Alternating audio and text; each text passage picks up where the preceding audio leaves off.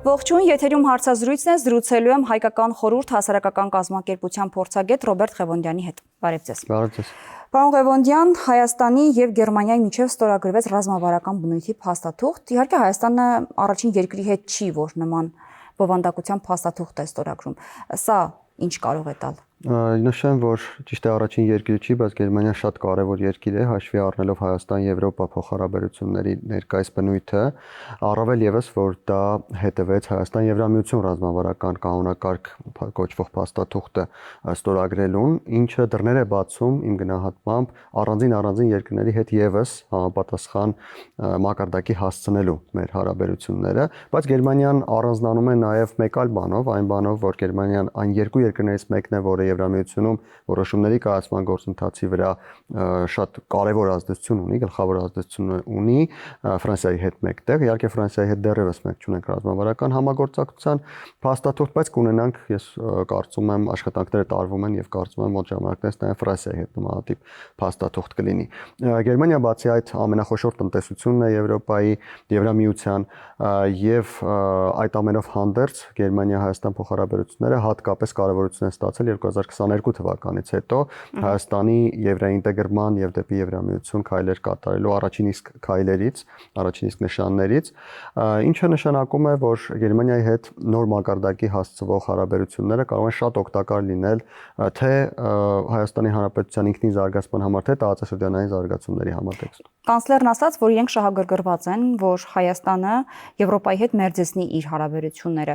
բայց ո՞րն է այդ շահագրգռվածությունը կոնկրետ Գերմանիայի համար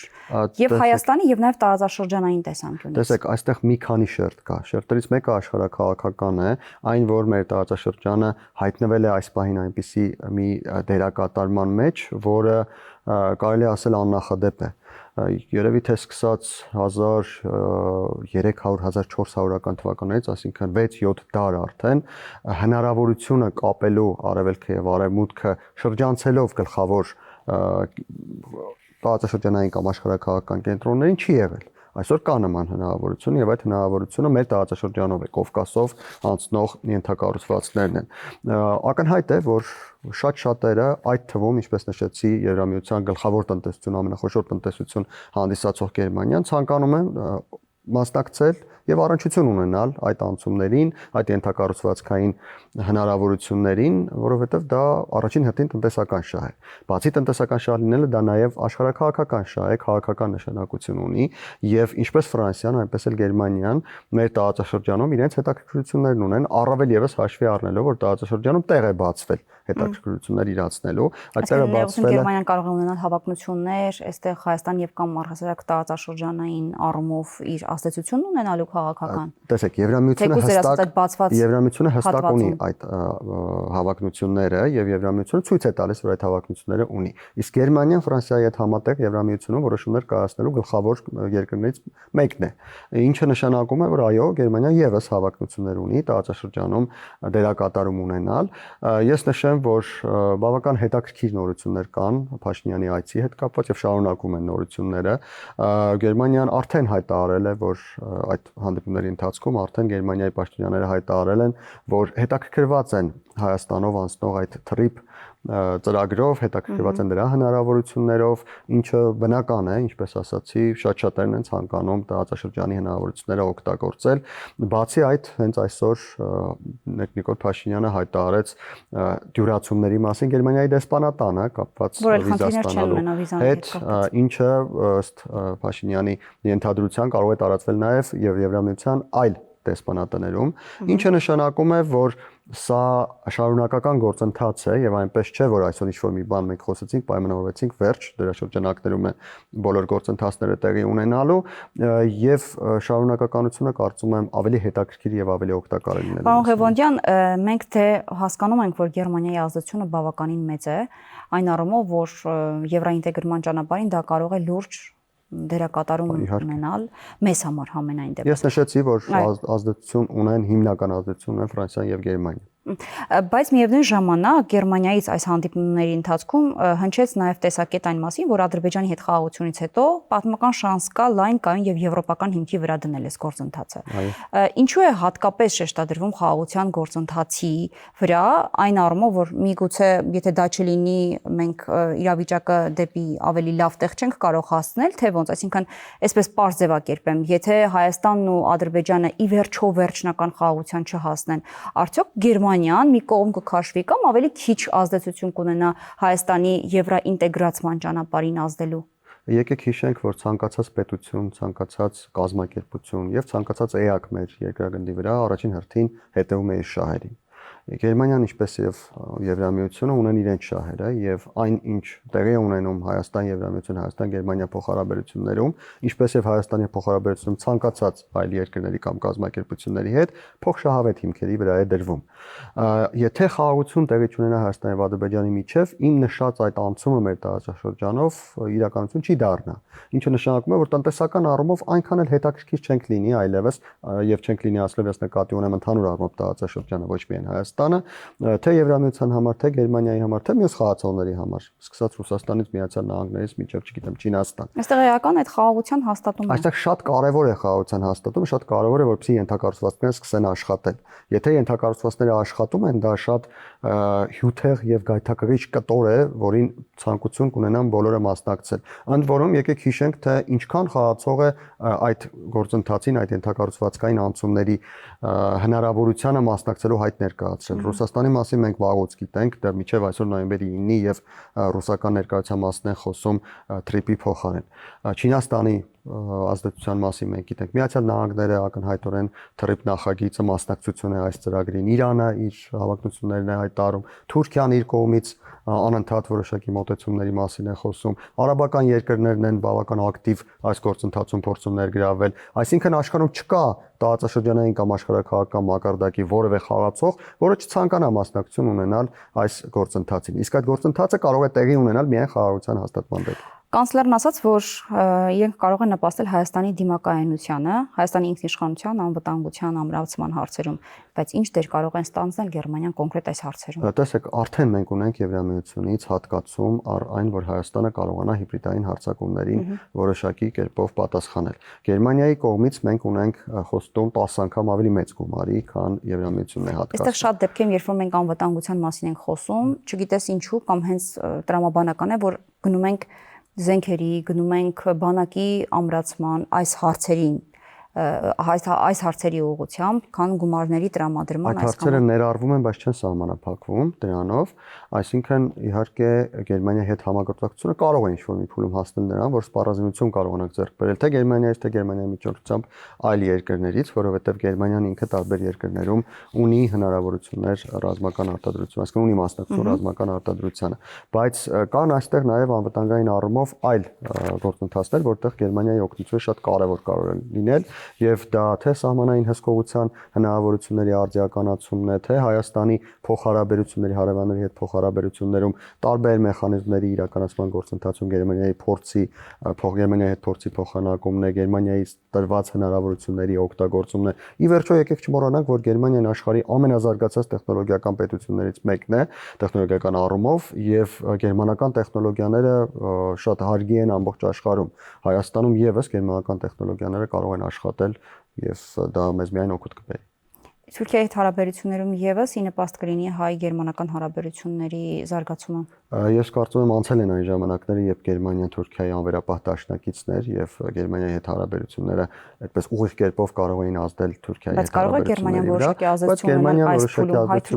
Հայաստան-Թուրքիա սահմանի բացումը։ Առաջին հերթին հաշվի առնելով, որ հոց թուրքական համայնք կա, տարբեր գնահատականներով մինչև 6 միլիոնանոց թուրքական համայնք կա Գերմանիայում եւ թուրքական ձայնը Գերմանիայում բավական ազդեցիկ է, այո, եւ այո, Գերմանիան կարող է որոշակի ազդեցություն ունենալ, բայց ես կցանկանայի ավելի շատ ուշադրություն բևեռել ընդհանուր առմամբ Եվրամիության եւ Թուրքիայի փոխհարաբերություններին եւ Հայաստանի հարցը, Հայաստան-Թուրքիա փոխհարաբերությունների հարցը այս օրակարգում ընդգրկվելու։ Եթե դա հնարավոր լինի, ես ճիշտ ասած չունեմ տեղեկություններ, որ դա այս պահին այդպես է, այսինքն Հայաստան-Թուրքիա փոխհարաբերությունները ընդգրկված են Եվրամիություն-Թուրքիա փոխհարաբերությունների օրակարգում, բայց եթե դա այդպես լինի, ապա դա հնարավորություն է Հայաստանի համար որոշ որոշ հարցերում շրջանցել նույնիսկ Ադրբեջանի ազդեցությունը Թուրքիայի նկատմամբ, որը ահռելի է։ Պարոն Ղևոնդյան, օրեր առաջ կարծիք եք հայտնել, որ չի բացառվում, որ առաջիկայում եւ շատ մոտ ապագայում հունվարին հայ-թուրքական սահմանի բացման մասին լսեք։ Սա կարծիք է, թե կան տեղեկություններ, կան վերլուծություններ եք արել, որոնց վրա հիմնվում եք եւ այս եզրահանգումն եք անում։ Որոշ տեղեկությունների եւ որոշ իրողությունների համադրման վերլուծության արդյունք է առայն, որ հնարավոր է հունվար ամսից Թուրքիան ինչ-որ քայլ կատարի եւ ինչ-որ ռեժիմով, ես չգիտեմ թե ինչ ռեժիմով, բայց ինչ-որ ռեժիմով սահմանը սկսի աշխատել։ Առավել եւս, որ տեսեք, Ադրբեջանից արդեն հնչում են ձայներ, որ կարող է աշխատել Հայաստան-Ադրբեջան սահմանը, ընդամենը 3 մինվալ լրատվական ադրբեջանական գրառում կատարեց, լուր փոխանցեց, որտեղ գրված է, որ Ադրբեջանում շատ բարձր մակարդակում, իսկ շատ բարձր մակարդակը Ադրբեջանում ակնհայտորեն նախագահն է, քննարկվում է գնացքի գիծը, երկաթուղային գիծը Հայաստանի սահման հասցնելու եւ այնուհետեւ ավտոմոբիլով Հայաստան վառելիք օրինակ հասցնելու հարցը, ինչը նշանակում է Հայաստան-Ադրբեջան սահմանի գործարկում։ Եթե դրա մասին խոսում է ադրբեջանական այնպիսի լրատվական, որը ակնհայտորեն կապված է Ադրբեջանի իշխանությունների հետ, ապա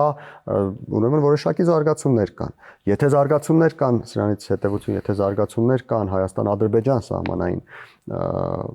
գործընթացների վերաբերյալ, ապա Հայաստան-Թուրքիա գործընթացները, որոնք շատ ավելի հեշտ է իրականացնել կապված թե ենթակառուցվածքների գոյության, թե քաղաքական առումով ավելի հեշտ համաձայնությունների հասնելու հետ, ապա պետք է ենթադրել, որ Հայաստան-Թուրքիա հարցում մենք ավելի շուտ եւ ավելի շատ նորություններ կունենանք։ Լավ, մեկ այլ հարցի, պարոն Ղևոնդյան, որը կարող ենք ասել, որ նաև փոխկապակցված է սրան։ Եվրոպական միության ու Հայաստանի միջև հաստատվեց գործընկերության այդ նոր ռազմավարական օրակարգը, որը իմիջիայլոց դժգոհություն է առաջացրել Բաքվում։ Հայտարարություն էր տարածել իրենց արտաքին գործերի նախարարությունը, նշելով մեջբերում, որ իրենք լուրջ մտահոգություն ունեն շատ հարցերի հետ կապված, որոնք այս փաստաթղթում դրվել են առաջնահերթությունների ցուցակում, եւ իրենց կարծիքով դա ընդհանուր առմամբ հակասում է Ադրբեջանի ու Հայաստանի միջև խաղաղության օրակարգին։ 1-2 բառով ասեմ, թե որոնք են այդ առաջնահերթությունները ստագնեի, որը տարածվել է, հետեւյալն է, որ Ղարաբաղի հայերը տեղահանվել են Ադրբեջանից ռազմական գործողություններից հետո, այս արտահայտությունն է իրենց համար խնդրահարույց։ Իրենք ասում են, որ փաստաթղթի բաժնում ներառված է նաև այն, որ տարածաշրջանում կարգավորման գործընթացներին ԵՄ-ի հնարավոր ներդրումը վերաբերում միջազգային դատարանների բոլոր համապատասխան որոշումների լիարժեք, անհապաղ արդյունավետ կատարման այստեղ իրենք էլի խնդիր են տեսնում եւ մտածում, որ կարող է Հայաստանի կողմից Ադրբեջանի դեմ ներկայացված հայցերը լինել այս կոնտեքստում եւ միևնույն ժամանակ ասում են, որ մտահոգություն է առաջացնում այն փաստը, որ փաստաթղթում հիշատակում չկա մեր արդեն քննարկած TRIP-ի ուղուն, ինչով է դա պայմանավորված եւ ոնց հասկանում ենք իրենք բավականին լուրջ դժգոհություն ունեն, չնայած մեր արտաքին գործերի նախարարությունը դրան պատշաճ կերպով արձագանքել է։ Կխնդրեի այս մասով ձեր մեկնաբանությունը եւս արձագանքել է, ընդ որում արձագանքել է բավական ռացիոնալ, հայտարարելով, թե Ներողություն, մի բան էլ պիտի ավելացնեմ, ռազմական եւ պաշտպանական հարցերի վրա շեշտադրումն էլ բավականին մեծ դժգոհություններ առաջացել, որտեղ փաստաթղթում հատուկ ընդգծվում է դրա մասին։ Նիկոլ Փաշինյանի հայտարարությունը կապված մտահոգությունների հետ Բաքվից կարելի է գտնել եւ ուսումնասիրել եւ դրա ուսումնասիրությունը ցույց է տալիս, որ Հայաստանը փորձում է փարատել Բաքվի մտահոգությունները կապված Հայաստան-Ադրբեջան խաղաղության գործընթացի հետ, առայն որ այդ խաղաղության գործընթացը անշրջելի է եւ Հայաստանը հավատարիմ է խաղաղության գործընթացին Հայաստանի եւ Ադրբեջանի միջեւ։ Ինչ վերաբերում է կոնկրետ կետերին, ապա ես նշեմ, որ անկախ նրանից Հայաստանը եւ Ադրբեջանը կունենան խաղաղության համաձայնագիր ենթակառուցվածքները բաց կլինեն թե ոչ, Ադրբեջանը մշտապես որոշ մտահոգություններ ունենալու է կապված Հայաստանի հնարավորությունների ավելացման հետ։ Իսկ ռազմավարական համաձայնություն ունենալը Եվրամիության հետ, Գերմանիայի հետ եւ այլ երկրների հետ Հայաստանի հնարավորությունների աճ է իրենից ենթադրում։ Կոնկրետ մեկ կետի վերաբերյալ ես կցանկանայի խոսել, եթե Ադրբեջանում անհանգստանում են Հայաստան-Ադրբեջան խաղաղության գործընթացի անշրջելիության հետ կապված, կարող են գալ եւ ստորագրել խաղաղության համաձայնագիրը։ Իսկ գուցե սա պատրվակ է օգտագործելու համար, որ գործընթացը նորից հետաձգեն։ Ես չէի ասի, որովհետև նրանք շատ լավ պատրվակ ունեն, որը աշխատում է, դա Հայաստան Սահմանադրության փոփոխության պահանջն է, եւ նոր պատրվակ գտնելու ուղղակի իմաստ չունի։ Ավելի շուտ հավանաբար Բաքուն ցանկանում է հիշեցնել, որ ինքը այս տարածաշրջանում մեր 3 երկրների մեջ հեգեմոն է եւ իրեն այդպես է դիրքավորում, ինչը նշանակում է, որ Հայաստանի հետ փոխհարաբերությունները պետք է հաշվի առնվեն իրենց շահերը։ Գուցե այն կետերը, որոնք դուք կարդացիք, գուցե այդ կետերում ինչ որտեղ իրենք տեսել են իրենց շահերի շրջանցում, բայց Հայաստանը ինքնիշխան պետություն է եւ անկախ նրանից թե ով ինչ մտահոգություն ունի, Հայաստանը իր շահը պետք է հետապնդի։ Պարոն Ղևոնդյան, բայց այս օրակարգը եթե հիմա փորձենք գետնի վրա վերլուծել, ինչ է մեզ տալու այն առաջնահերթությունները, որոնք սահմանվել են, այն նպատակները, որոնք դրվել են, առաջիկայի համար ինչ են մեզ տալու։ Եվ ինչպես է դրա իրագործումը իրականացվել։ Հայաստանը հետևողականորեն գնում է Եվրամիության հետ ինտեգրման ճանապարհով։ Գնում է եվրոինտեգրման գործընթացները ավելի հասունացնելու, զարգացնելու եւ իրացնելու ճանապարհով եւ նշված գործընթացները այս ճանապարհի մի մասն են, մի շատ կարեւոր մասն են, որը մեզ ոչ թե հնարավորություն է տալու, մեզ ստիպելու է, ես այդ բառի լավ իմաստով եմ ցանկանում ասել, մեզ ստիպելու է, որպեսզի մենք բարեփոխումների գործընթացը արագացնենք, չհապաղենք, շատ հարցերում իրականացնենք այն, ինչ մեր առջև դրված է, որովհետեւ մեկ բան է, երբ Հայաստանի իշխանությունը հանձնարարում է ինչ-որ մի բան անել եւ հաշվի առնելով թե ինչպես է վերահսկում Հայաստանի իշխանությունը իր հանձնարարությունների կատարումը, ես նշեմ, որ այստեղ անբավարար կգնահատեի Հայաստանի իշխանությունների գործողությունները, մեկ այլ բան է, երբ այդ հանձնարարությունը գալիս է Եվրոպական միությունից կամ այլ գործընկեր կազմակերպությունից կամ պետությունից եւ Հայաստանի իշխանությունը քանի որ պատասխանատու է այդ իր գործընկերոջ առջև վերահսկողության մակարդակը մի քանի աստիճան բարձրանում է։ Սա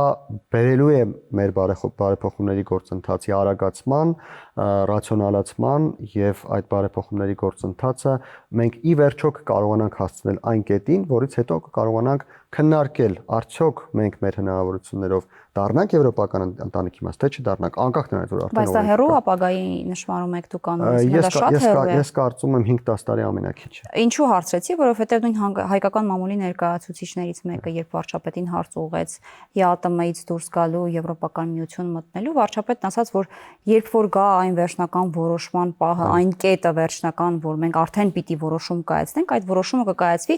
դեռ այդ որոշման կայացման կետին չենք հասել։ Նշանակում է մենք դեռ այդ փուլի ընթացքի մեջ ենք ու ապագայում չգիտենք ինչ կլինի, որ։ Ես նորից նշեմ, ես կարծում եմ այդ փուլը կարող է գալ ամենակիչը 5-ից 10 տարվա ընթացքում, 5 տարուց հաստատ ոչ շուտ, 5 տարուց հետո էլ գուցե գա այդ կետը, որի մասին վարչապետը նշել է եւ մենք որոշում կայացնենք, բայց դրանից հետո էլ ելի մի 5 տարի հետո նոր կդառնանք Եվրոպական միության անդամ, իմ գնահատմամբ հաշվի առնելով թե այն թե ինչպես են տեղի ունենում գործընթացները Եվրամիության անդամ դառնալու համար ուրիշ երկրների շուրջ եւ այն թե մենք ինչ տեմպերով ենք աշխատում, իսկ մենք սովորաբար աշխատում ենք շատ դանդաղ։ Իսկ խաղաղության գործոնը դա որոշակի տար է, որպեսզի մենք այս process-ն ավելի արագացնենք, թե դա էական նշանակություն չունեցող է։ Դա լրացնող գործոն է, չի կարող դա նշանակություն չունենալ, ես նշեցի ինչ պատճառով, որովհետեւ եթե կա խաղաղություն տարածաշրջանը բացարձակալ դերակատարում ունի աշխարհում, եթե չկա խաղաղություն, դերակատարումը բոլորովին այլ է, այն լրացնող գործոն է, եթե խաղաղությունը լինի, ենթակառուցվածքները բացվեն եւ սկսեն աշխատել այդ ենթակառուցվածքները, ապա գործընթացը որոշակիորեն կարագանա եւ ավելի հնարավոր կդառնա, որովհետեւ ոչ ոք չի ասում, որ 100%-ով լինելու է այն, որ Հայաստանը դառնալու է Եվրամիության անդամ։ Բայց վարչապետի ասած, եթե բարեփոխումները լինեն ու չդառնանք Եվրամիության անդամ, էլի շահած ենք դուրս գալիս, որովհետեւ բարեփոխումները տեղի ունեցան։ Ես մեկ անգամ ձեր տաղավարում, եթե չեմ սխալվում, նշել եմ, որ անձամբ ինձ համար, եթե մենք կարողանանք մեր բոլոր ոլորտներում Հայաստանի Հանրապետության հնարավորությունները դարձնել հավասար Եվրամիության ցանկացած երկրի հնարավորություններին, առավել եւս առաջատար երկրների հնարավորություններին, ապա դրանից հետո ինձ համար միևնույն է Հայաստանը կլինի Եվրամիության անդամ, թե Եվրամիության անդամ չի լինի, բայց նույն հնարավորությունները կունենա։ Շնորհակալ եմ զրույցի համար։ Զրուցակիցս հայկական խորհրդի փորձագետ Ռոբերտ Ղևոնդյանն էր։ Կհանդիպենք։